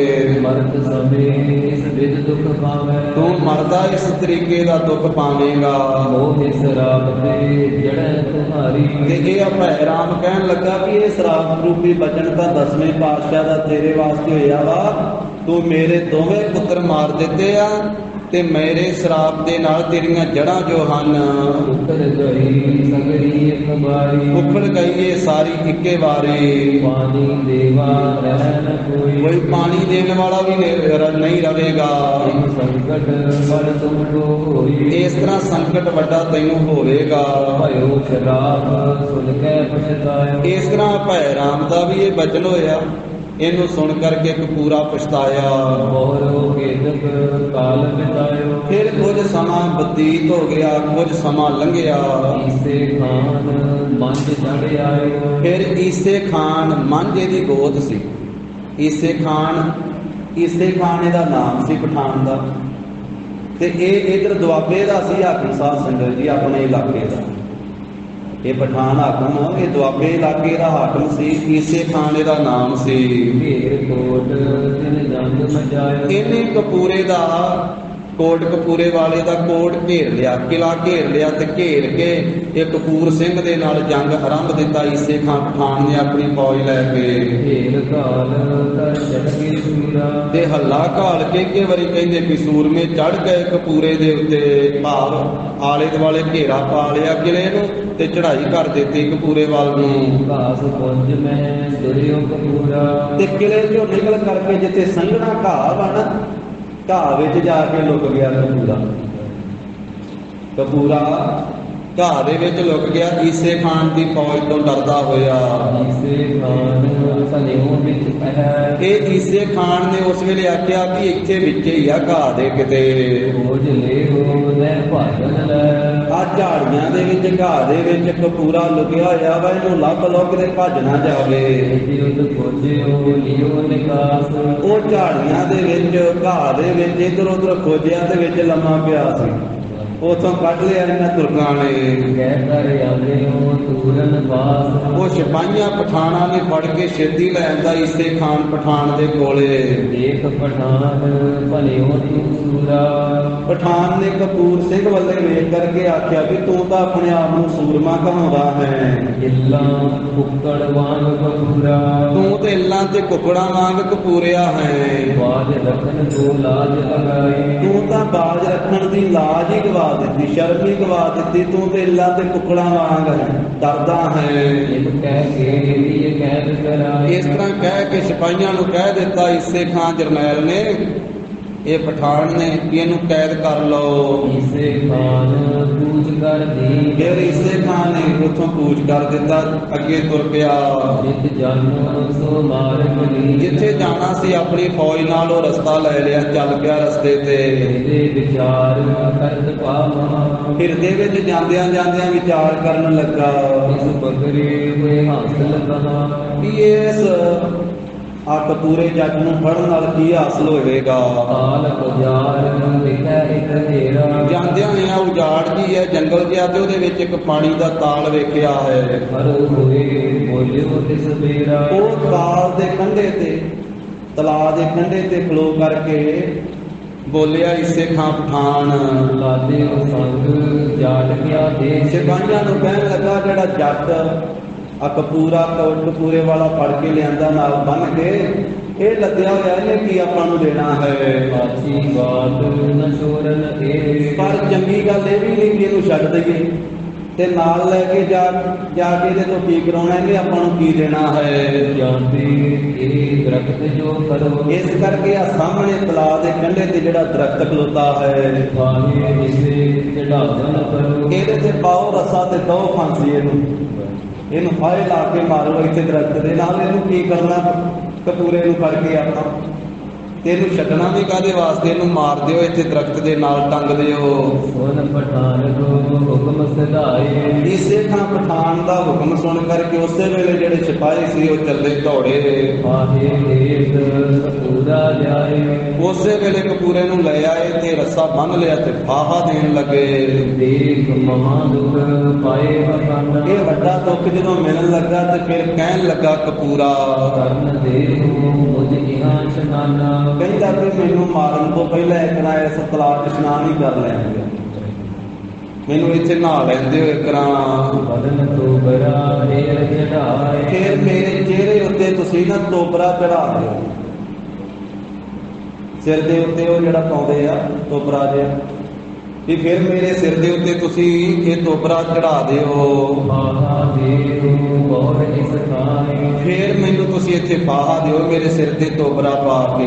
ਇਸ ਨਾਲ ਬੁਝਿਓ ਕਿਉਂ ਕਹਿ ਐਸੇ, ਉਹ ਸਿਪਾਹੀ ਤੇ ਈਸੇ ਖਾਂ ਉਹ ਕਹਿਣ ਲੱਗਾ ਵੀ ਇਸ ਤਰ੍ਹਾਂ ਤੂੰ ਕਿਉਂ ਕਹਿੰਦਾ ਹੈ। ਵਾਜਬ ਨਿਆਨ ਤੋਬਰਾ ਕੈਸੇ, ਵਾਜਬ ਨਹਾਨ ਵੀ ਯੋਗ ਹੈ ਨਹਾਉਣਾ ਤੇ ਚਲੋ ਠੀਕ ਹੋਇਆ ਵੀ ਇਸ਼ਨਾਨ ਕਰਨਾ ਤੂੰ, ਪਰ ਤੋਬਰਾ ਕਿਉਂ ਕਹਿਣਾ ਹੈ ਕਿ ਤੋਬਰਾ ਜਿਹੜਾ ਵਾ ਉਹ ਪਾਓ ਮੇਰੇ ਸਿਰ ਦੇ ਉੱਤੇ, ਮੇਰੇ ਮੂੰਹ ਦੇ ਉੱਤੇ। ਜਿਨਕੇ ਨਿਕਟ ਮਤਾਵਨ ਕੀਨ, ਫਿਰ ਉਹਨਾਂ ਸਿਪਾਹੀਆਂ ਦੇ ਪਾਸ ਇਹ ਕਪੂਰ ਸਿੰਘ ਨੇ ਦੱਸਣਾ ਕੀਤਾ, ਮੇਰੇ ਗੁਰੂ ਸਰਾਪ ਮਦੀਨ, ਕਹਿੰਦਾ ਇਹ ਮੇਰੇ ਗੁਰੂ ਦਾ ਬਚਨ ਹੈ, ਮੇਰੇ ਗੁਰੂ ਦਾ ਮੈਨੂੰ ਸਰਾਪ ਹੋਇਆ, ਮੈਂ ਆਪਣੇ ਗੁਰੂ ਦਾ ਸਰਾਪਿਆ ਹੋਇਆ ਹਾਂ। ਮੇਰੇ ਗੁਰੂ ਨੇ ਆਖਿਆ ਸੀ ਇਹ ਤੋਬਰਾ ਬਦਨ ਚੜਾਏ, ਕਿ ਤੇਰੇ ਸਿਰ 'ਚ ਖੇਹ ਪਵੇਗੀ, ਖੇਹ ਵਾਲਾ ਤੋਬਰਾ ਜਿਹੜਾ ਉਹ ਤੇਰੇ ਸਿਰ ਤੇ ਚੜਾਇਆ ਜਾਵੇਗਾ। ਆਹਾ ਦੇ ਤੁਰਕ ਮਰਵਾਏ, ਫਿਰ ਤੈਨੂੰ ਫਾਹਾ ਦਿਵਾ ਕਰਕੇ ਤੁਰਕ ਮਾਰਨਗੇ ਫਾਹੇ ਲਾ ਕੇ। ਅਮਰ ਬਾਤ ਸਗਰੀ ਬਨ ਆਏ, ਇਸ ਕਰਕੇ ਬਾਕੀ ਤੇ ਸਾਰੀ ਗੱਲ ਬਣ ਆਈ ਹੈ। ਨਹੀਂ ਤੋਬਰਾ ਤੁਮੋ ਅਨਾਏ, ਹੁਣ ਤੁਸੀਂ ਮੈਨੂੰ ਫਾਹੇ ਤਾਂ ਲਾਉਣ ਲੱਗੇ ਹੋ, ਮੇਰੇ ਗੁਰੂ ਦੇ ਬੋਲ ਪੂਰੇ ਹੋਏ ਆ, ਉਸੇ ਤਰ੍ਹਾਂ ਹੋਇਆ ਜਿਵੇਂ ਆਖਿਆ ਸੀ ਉਹਨਾਂ ਨੇ। पर तुसी तोबरा नहीं मंगवाया मेरे सिर ते पाउण वास्ते। सो मंगवाए देहो मूज पासी। वो तुसी मंगवा लो ते मेरे सिर ते चढ़ा के फिर रस्सा पा के मैनूं फांसी दिओ। पूरो बात गुरु अविनाशी। मेरे गुरु दा कीता होया बचन अविनाशी सतगुरु गोबिंद सिंह महाराज दा कीता होया बचन पूरा करो। नगर तोबरे एक तन और। जे तुसी मेरे ते सिर ते तोबरा ना पाया उतरा मैनूं मार दिता ते मेरे गुरु दा बचन होया कि तेरे सिर ते तोबरा पा के खे तोबरा पा के तेनूं तुरक मारनगे। वो तोबरा पवाउण वास्ते मैनूं ओह शराब धर कै किसे और। ते मैनूं एक होर फिर शरीर धारना पैना वा।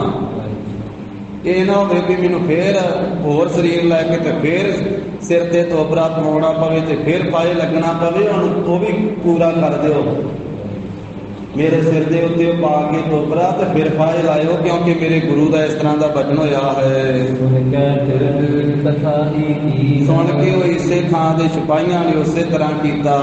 ਇਹ ਤੋਬਰਾ ਮੁਖ ਵਿੱਚ ਦੀਨ। ਇਸ ਤਰੀਕੇ ਦੇ ਨਾਲ ਇਹਦੇ ਸਿਰ ਵਿੱਚ ਖੇਹ ਪਾਈ ਗਈ। ਖੇਹ ਨਾਲੋਂ ਭਰਿਆ ਹੋਇਆ ਤੋਬਰਾ ਉੱਤੇ ਪਾਇਆ ਗਿਆ। ਫਿਰ ਉੱਤੋਂ ਦੀ ਰੱਸਾ ਪਾਇਆ ਗਿਆ। ਪਾਏ ਜੇਵਰਾ ਗੜ ਲਟਕਾਇਓ। ਮੂੰਹ ਤੇ ਖੇਹ ਤੋਬਰਾ ਪਾ ਕੇ ਗਲ ਵਿੱਚ ਰੱਸਾ ਪਾ ਕੇ ਦਰਖਤ ਨਾਲ ਲਟਕਾ ਦਿੱਤਾ। ਲੈ ਪ੍ਰਾਣ ਗਵਾਇਓ। ਇਸ ਤਰ੍ਹਾਂ ਅਵਗਤ ਪ੍ਰਾਪਤ ਕੀਤੀ। ਇਸ ਤਰ੍ਹਾਂ ਪ੍ਰਾਣ ਗਵਾਏ ਕਪੂਰੇ ਨੇ। ਰਾਵਣ ਹੁਕਮ ਨ ਮਾਨਾ। ਮਹਾਰਾਜ ਜਿਸ ਨੇ ਆਪ ਜੀ ਦਾ ਹੁਕਮ ਨਹੀਂ ਮੰਨਿਆ। ਮਹਾਮੂੜ ਲੈ ਕਸ਼ਟ ਮਹਾ। ਵੱਡੇ ਮੂਰਖ ਨੇ ਵੱਡਾ ਹੀ ਕਸ਼ਟ ਲਿਆ। ਫਾਹੇ ਲੱਗ ਕੇ ਤੁਰਕਾਂ ਤੋਂ ਹੀ ਮਰਿਆ। ਸੋਨ ਸਤਿਗੁਰ ਮੁਖ ਦੂਸ਼ਣ ਧਾਰੀ। ਸਿੰਘ ਸੁਣਾ ਰਹੇ ਹੈ। ਇਸ ਤਰ੍ਹਾਂ ਬੇਨਤੀ ਕਰਕੇ ਭਾਈ ਡੱਲ ਸਿੰਘ ਸੁਣ ਰਿਹਾ ਹੈ ਤੇ ਸੁਣ ਕੇ ਗੁਰੂ ਕਲਗੀਧਰ ਪਾਤਸ਼ਾਹ ਚੁੱਪ ਕੀਤੇ ਹੋਏ ਹਨ। ਵਾਕ ਅਮੋਘ ਰਹਿ ਤਾਰੀ। ਸਿੰਘ ਕਹਿ ਰਹੇ ਮਹਾਰਾਜ ਆਪ ਜੀ ਦੇ ਬਚਨ ਅਮੋਘ ਬਾਣ। ਕੋਈ ਟਾਲ ਨਹੀਂ ਸਕਦਾ। ਟਾਲੇ ਹੋਏ ਟਲਦੇ ਨਹੀਂ ਹਨ। ਬ੍ਰਹਮ ਅਸਰ ਰਘਬਰ ਸਰ ਸੰਗਾ। ਕਹਿਣ ਲੱਗੇ ਮਹਾਰਾਜ ਸੁਣਿਆ ਹੈ ਕਿ ਸ੍ਰੀ ਰਾਮਚੰਦਰ ਜੀ ਜੋ ਬ੍ਰਹਮ ਅਸਤਰ ਚਲਾਇਆ ਕਰਦੇ ਸੀ ਉਹ ਵੀ ਨਹੀਂ ਸੀ ਟਲਦਾ। ਭਇਓ ਨਾਮ ਦੇ ਸ਼ਬਦ ਸ਼ਤਰਨ ਭੰਗਾ। ਉਹ ਵੀ ਸ਼ਤਰੂਆਂ ਨੂੰ ਭੰਨ ਦਿੰਦਾ ਸੀ ਮਾਰ ਦਿੰਦਾ ਸੀ। ਉਹਨਾਂ ਦਾ ਵੀ ਬ੍ਰਹਮ ਅਸਤਰ ਨਿਸਬਲ ਨਹੀਂ ਸੀ ਹੁੰਦਾ ਤੇ ਆਪ ਜੀ ਦੇ ਤੇ ਬਚਨ ਹੀ ਮਹਾਰਾਜ ਬ੍ਰਹਮ ਅਸਤਰ ਹਨ। ਵਹੀ ਸਮਰੱਥ ਹਟਾਵਨ ਕੋਈ। ਆਪ ਜੀ ਦੇ ਬਚਨਾਂ ਨੂੰ ਮਹਾਰਾਜ ਘਟਾਉਣ ਵਾਸਤੇ ਕੋਈ ਸਮਰੱਥ ਨਹੀਂ ਹੈ। ਓਟ ਸਮੇਰ ਨ ਬਚਤੋ ਹੋਈ। ਭਾਵੇਂ ਕੋਈ ਸਮੇਰ ਪਰਬਤ ਦੀ ਓਟ ਲੈ ਲਵੇ ਉਹਦੇ ਪਿੱਛੇ ਜਾ ਕੇ ਲੁਕ ਜਾਵੇ ਪਰ ਫਿਰ ਵੀ ਬਚ ਨਹੀਂ ਸਕਦਾ।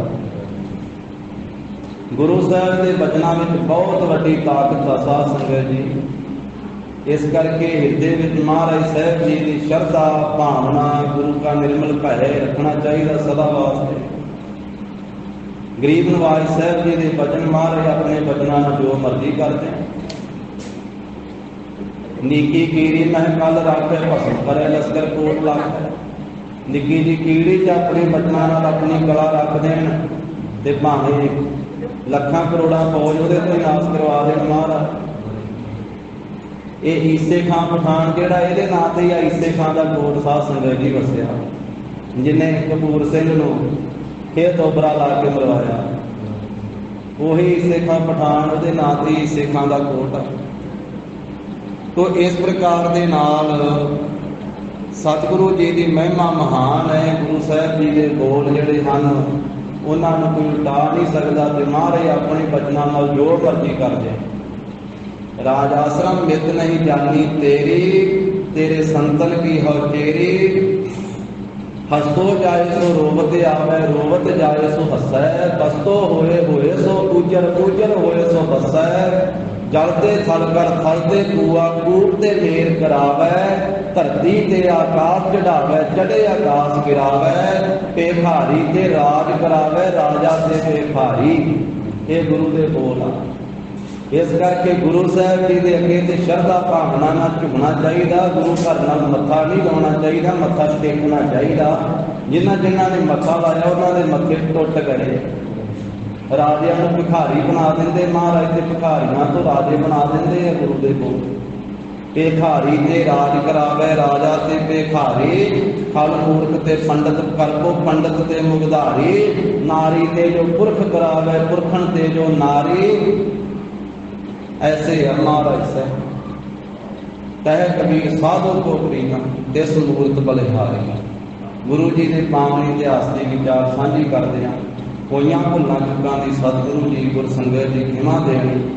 बेअंत बेअंत संगतां होले महल्ले से गुरु कलगीधर पातशाह जी के चरणों च हाजरी लाने वास्ते जा रही हैं। इत्थे धन गुरु नानक देव साहब महाराज जी के पवित्र स्थान की चरण धूड़ी प्राप्त कर रहे हैं। सारिया संगतां गुरु साहब जी के पवित्र स्थान वालों जीओ आया।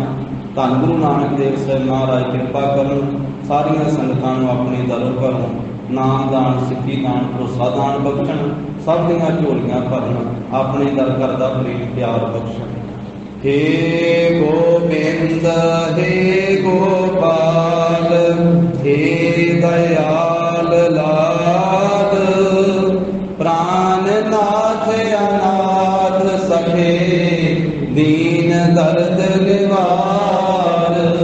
हे समरथ अगम पूरन मोहे मया तार, अंधकूप महाभयान नानक पारे उतार। आए प्रभ शरणाग दे कृपा निध दयाल, एक अक्षर हर मन बसद नानक होत निहाल। कथा निदा प्राप्त होत है सुनो सिंह सुजान। नानक गुर गोबिंद सिंह जी सदा करे कल्याण। नानक गुर गोबिंद सिंह जी सदा करे कल्याण। वाहिगुरु जी का खालसा वाहिगुरु जी की फतेह। सत श्री अकाल। वाहिगुरु जी का खालसा वाहिगुरु